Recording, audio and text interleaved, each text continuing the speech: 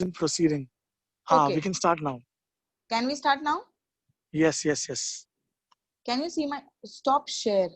It says me I can't share my screen. Just a minute. Yeah.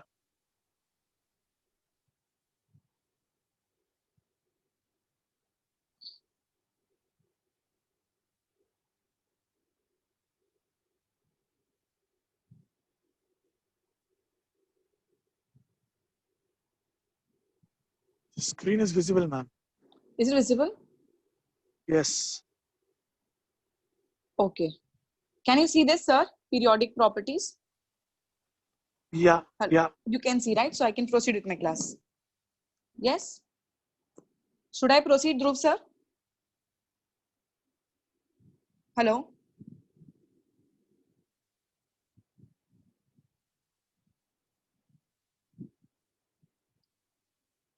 Okay. So students, I'm assuming that all of you sitting out there can see my screen properly, where we had started with periodic properties in the beginning. This I have already covered this topic, but just to have to get the flow of the chapter, I am having a quick revision of periodic properties. Periodic properties is defined as the properties which show gradual variation in a group and in a period, and they repeat themselves after a certain interval of atomic number are called as periodic properties. Like we had discussed that periodic means students certain phenomena which is going to repeat itself, but when we don't know, so that term is known as periodic. And in periodic properties, we're going to discuss three categories. The three categories are the first one, valency, which you remember we've already completed. So we have to start with atomic size and we have to finish with metallic and non-metallic properties. But before I go into atomic size, let us quickly revise what was valency. Everyone, I'll be going a little quick with the slides here. So make sure you're understanding the topic very well because it's a revision of what we had done last time. When I say valency, we all know valency means the number, it is the combining capacity of the element, which states that the number of electrons which is either donated, accepted, or shared to become stable. So what happens to valency when I go in the periodic table across the period and down the group? Let us quickly see. So as the definition says, the valency of an element is determined by the number of valence electrons present in the outermost shell of an atom. Do not forget the students, it is the difference between valency and valence electrons. This is what we had stressed last time a lot. So let's consider the third period here quickly. So I can see here the period number indicates the number of shells. Elements present in the same period have the same number of shells, which is equal to the period number. In simple language, if I want to put this to you, it means that the period number indicates the number of shells present in the periodic table. So when I go across the period, if I see the first period, which is consisting of hydrogen and helium, both of them has only one shell. Second period, all the elements are going to have two shells. Third period, all the elements are going to have three shells. So what I'm trying to say here is that period number indicates the number of shells. Similarly, elements having same number of valence electrons or having same outer electronic configuration are present in the same group. So if you observe your students, group 1, 2, and 13, 14, if you observe them carefully, all of them are having same number of valence electrons, which means the number of electrons present in the outermost shell is the same. So how is this going to help us? So let us see for sodium, magnesium, and aluminium, which contains 1, 2, and 3 electrons respectively in their outermost shell. So they will become stable by donating these electrons. So when they're donating electrons, which is sodium donating 1, magnesium donating 2, aluminium donating 3. So these three numbers becomes their respective valencies. Similarly, make a point here, students, I'm going across the period. If I take carbon and silicon, which has 4 electrons in the outermost shell to become stable, it is easier for them to share the 4 electrons. See, if they have to donate, they will have to donate 4. If they have to accept, they will accept 4. So rather than donating and accepting, carbon and silicon shares the 4 electrons, because of which the valency of this 14th group becomes 4. Let's move ahead with phosphorus, sulfur, and chlorine, which are having 5, 6, and 7 electrons in the last shell. So make a note here. When the last shell is containing 5 electrons, students, so what will it do to become octet? It will accept 3 electrons because 5 plus 3 is going to give me 8. In this way, it is going to become stable. So when I'm moving ahead, they're trying to accept the electrons to become stable. So they're going to accept 3, sulfur is going to accept 2, and chlorine is going to accept 1. And when I say the 0 group, the last one, will these elements do what? They give, take, or share electrons. As they are having 8, which is a complete octet, are they in need of any electrons, students? Are they in need of any electrons? No. So what is the valency? 0. Because they're already stable. They don't want any electrons to become stable. So what is the tendency? What is the change I'm observing when I'm going from left to right in a period? What is happening here? The valency is first increasing from 1 to 4 and then decreasing from 4 to 0. So can I say valency gradually changes? So first point, students, of valency across the period is that valency first increases and then decreases as we move from left to right in a period. Similarly, let us try to observe what happens to valency when I go down the group. So what is happening here? If you see the first group, all of them are having 1 electron in the last shell. So logically, students, what are they going to do to become stable? They're going to donate this 1 electron. That is why the valency is 1. So when you go down the group, when I saw group 1, all of them are having valency 1. When I see group 2, they all are having the same valency, which is 2. So let's see what about group 13. Same valency, which is 3, 14, 4, 15, 5, 16, 6, 17, 7, and 18 is 8. So all the elements of the group have the same number of valence electron. Therefore, they have the same valency. So valency remains the same when I go down the group. These are 2 important statements. You're going to keep it in your mind because they're not going to ask you. They're not going to ask you the trend. What is happening to valency? They might ask you activity-based questions on this. And if you want to know from where am I going to get these questions, your textbook exercise questions do contain certain these type of questions. And in between, we have this do you know, use your brain power concept, where they have given you such questions, where they might ask you what is the trend of valency when we are going across the period and down the group. So valency across the period, students, once again, I'm repeating, valency across the period, repeat after me, valency across the period increases and then decreases. And valency down the group remains the same. Repeat once again, valency down the group remains the same. Very good. This was just the revision of what we had done last time. Now I am actually moving ahead with my topic, with my second periodic property, which is atomic size. To understand atomic size, students, which is first time taking across the period. So I want everyone to just have this flash of periodic table in your mind. Atomic size across the period. First thing, what is the meaning of atomic size? Atomic size is determined using atomic radius. Atomic size is determined using atomic radius. For an isolated atom, atomic radius is the distance between the center of the atom and the outermost shell. Let us consider one example, then only whichever topic we are doing, students, you should always associate it with an example so that it becomes easier to understand. So I am considering the elements of third period. And I assume that all my students sitting out there now completely knows which is the first period, second period, and third period.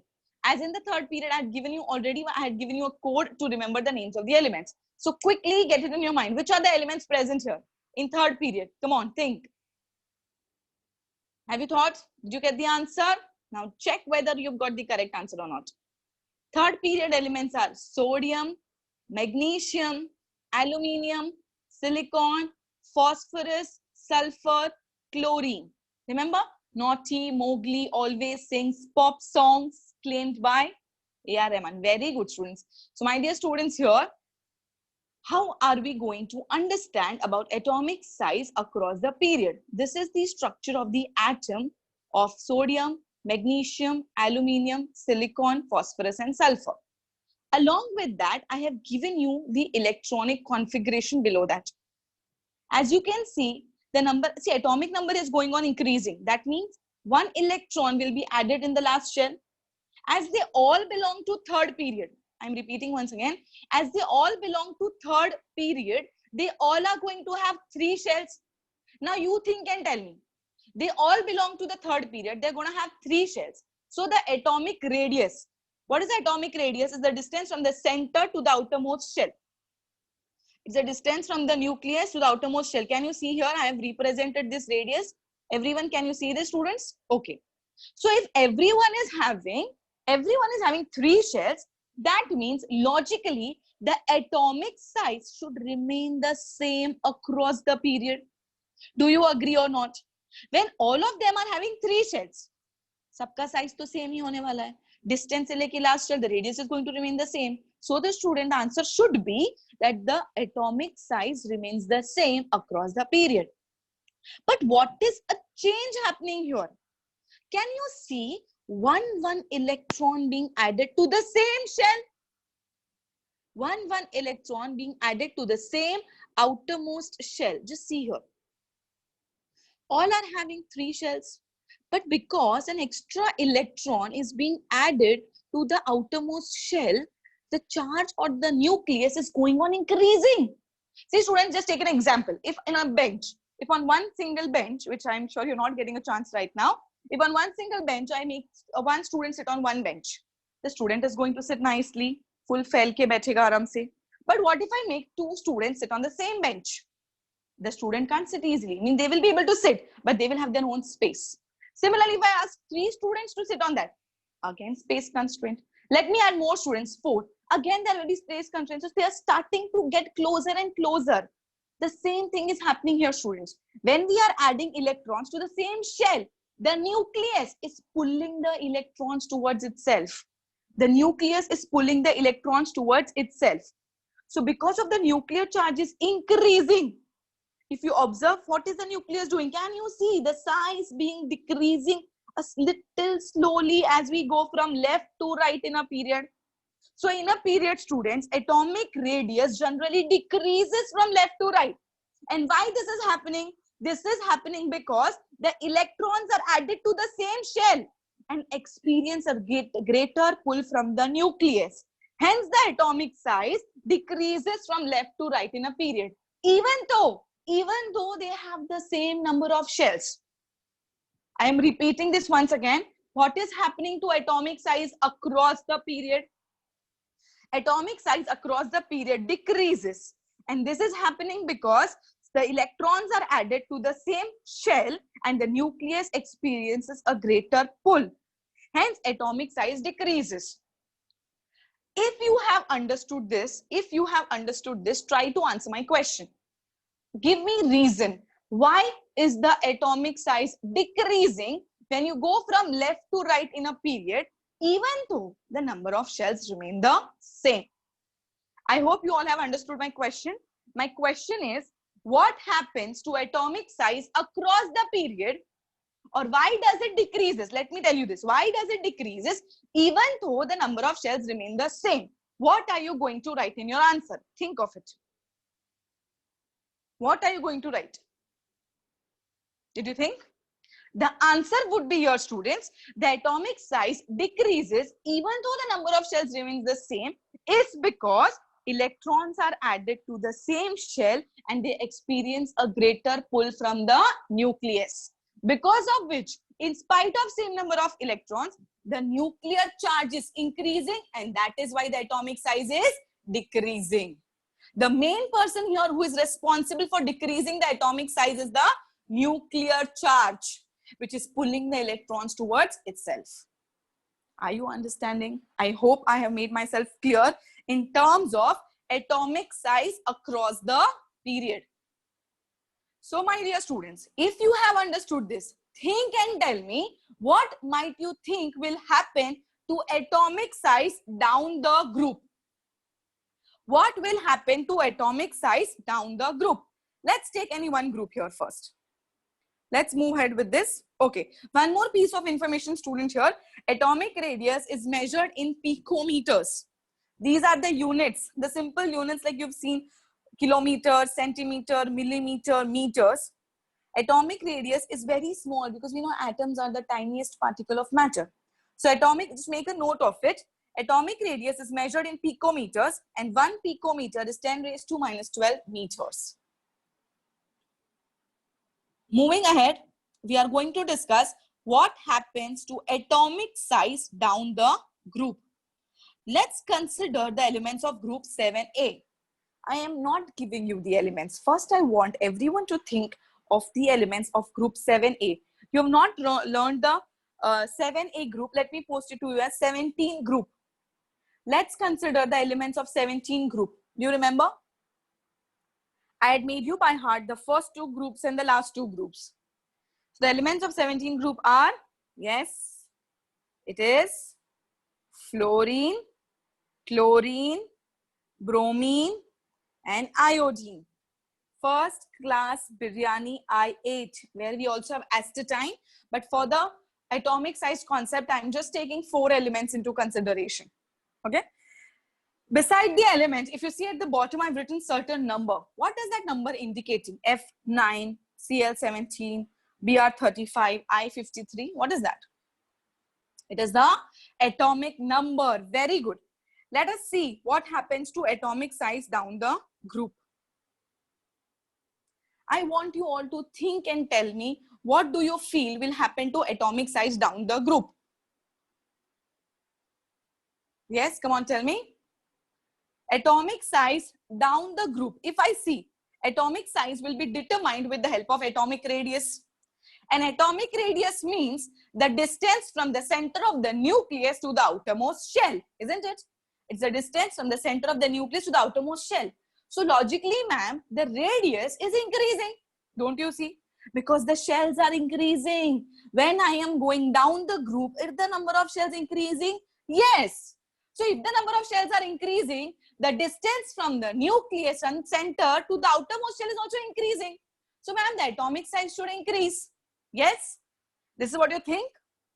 But can you put one more thing here, what we discussed in the previous slide?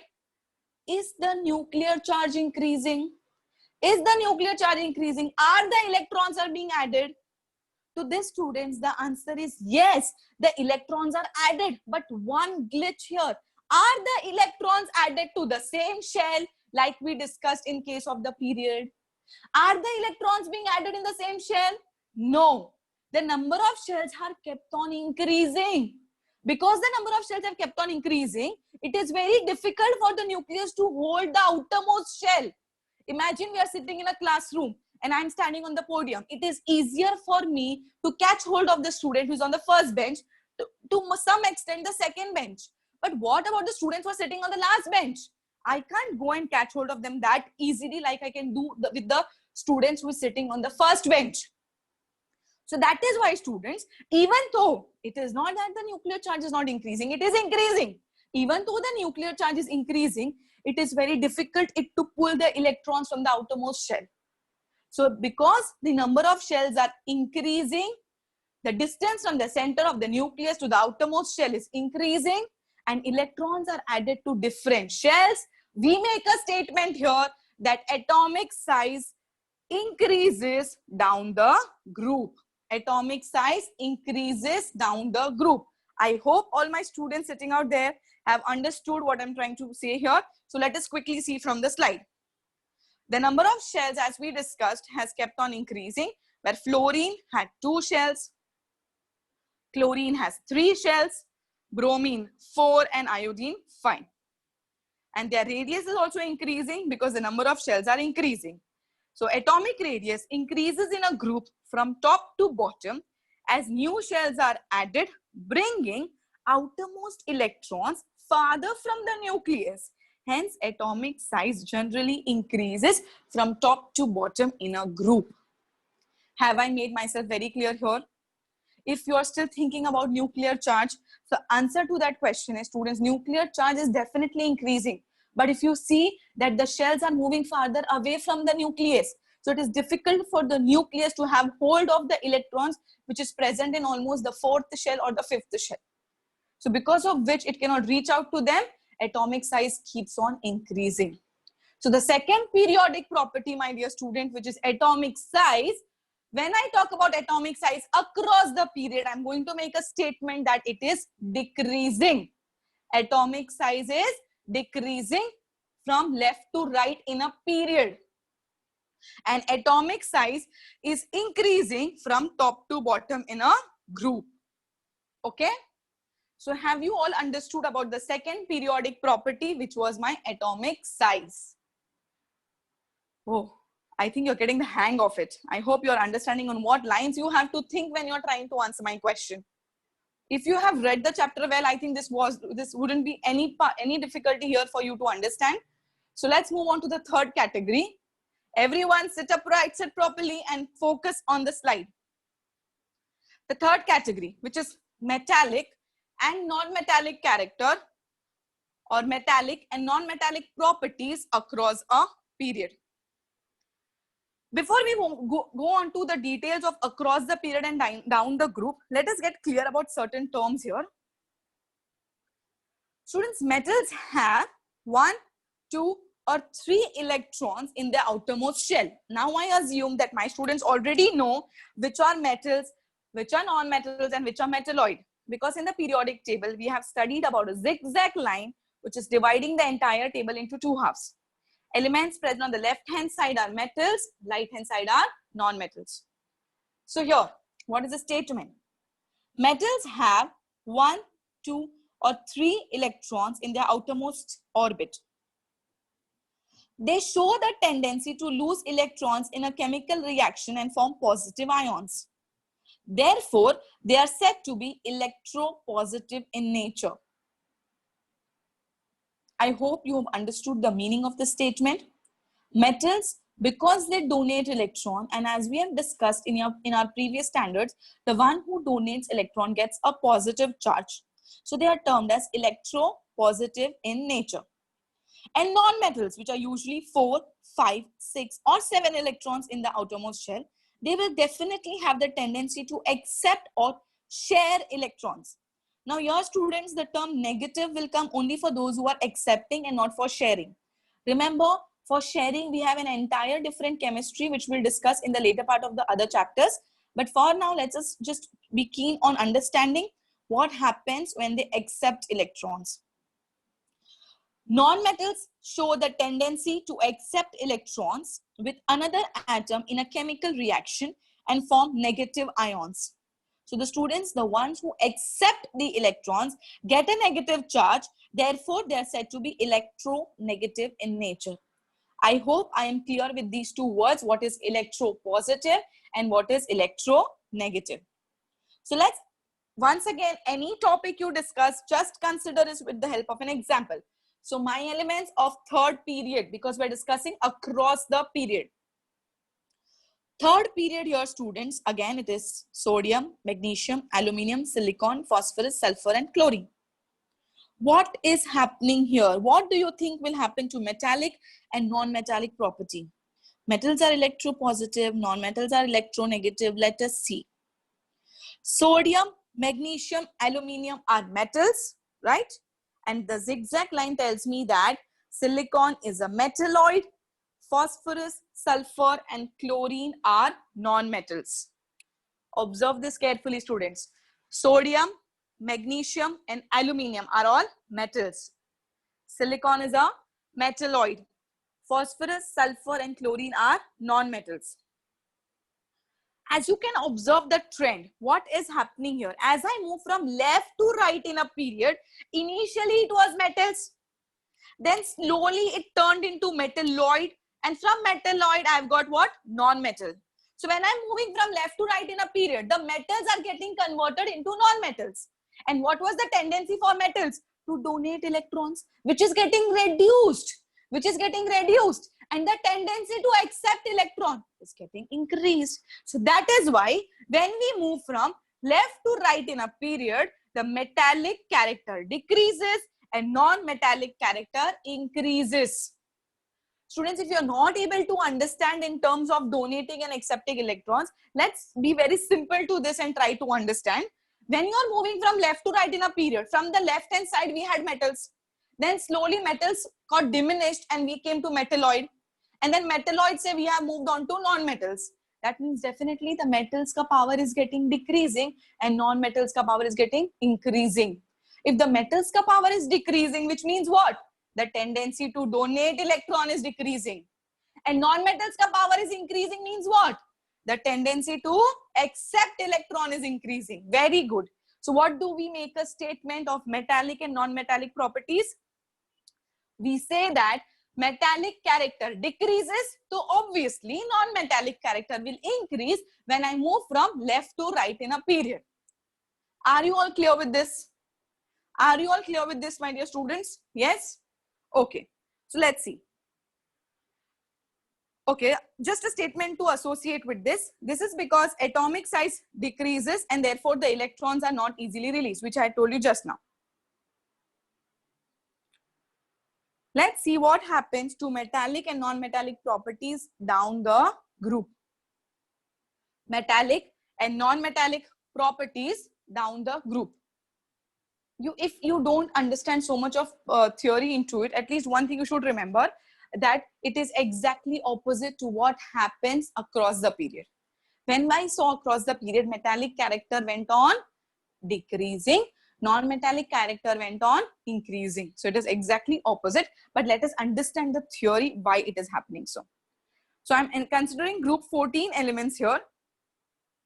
I've just see, you don't have to remember the names of these elements. Just for your information, I've given these elements, which is carbon, silicon, germanium, tin, and lead. We don't have to by heart these elements.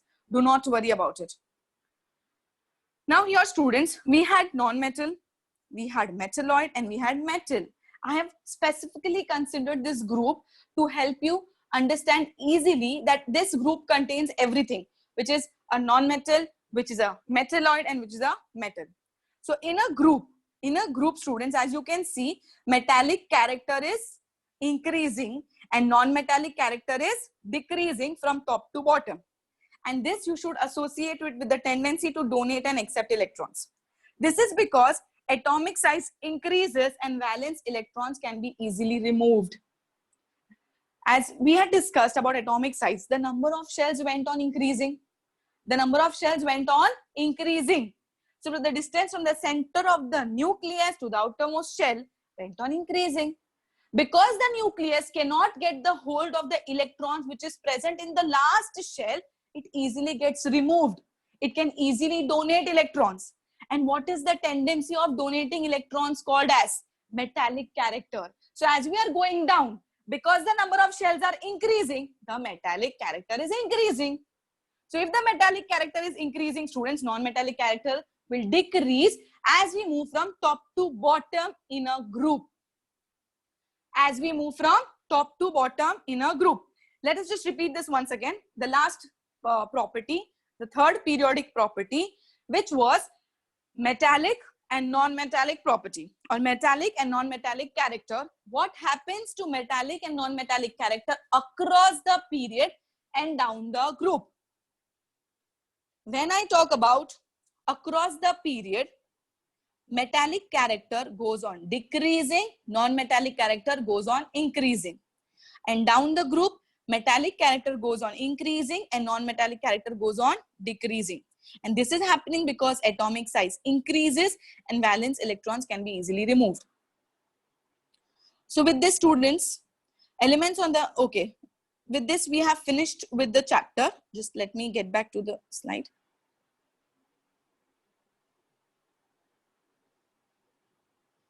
Okay. So my dear students, with this, I have completed the entire chapter. Okay. And we have discussed the third property as well. So I'll just quickly repeat what was the last thing which we were discussing today. We'll quickly revise what we had studied today. We were talking about periodic properties in 3 terms. And the 3 terms were, which were the 3 terms? Valency, atomic size, metallic and non-metallic character. So when I talk about valency, what happens to valency across the period? It first increases and then decreases. Valency down the group, remains the same. Atomic size across the period. Atomic size across the period goes on decreasing, and down the group goes on increasing. And if you want to remember for metallic and non-metallic characters, you should remember we are slowly moving from metals to non-metals. So across the period, metallic character decreases, non-metallic character increases. And down the group, metallic character increases and non-metallic character decreases. I hope this chapter was easy for you because this chapter did not have any chemical reactions.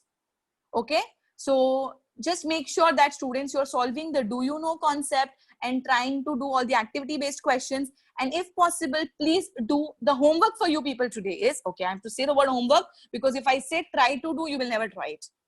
So the homework for today is you have to solve the activity based questions. No, you have to do the exercise questions which are given at the back of the textbook.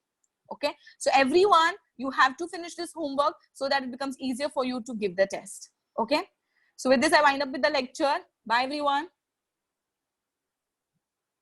Dhruv sir, can I have you? Are you there, Dhruv sir?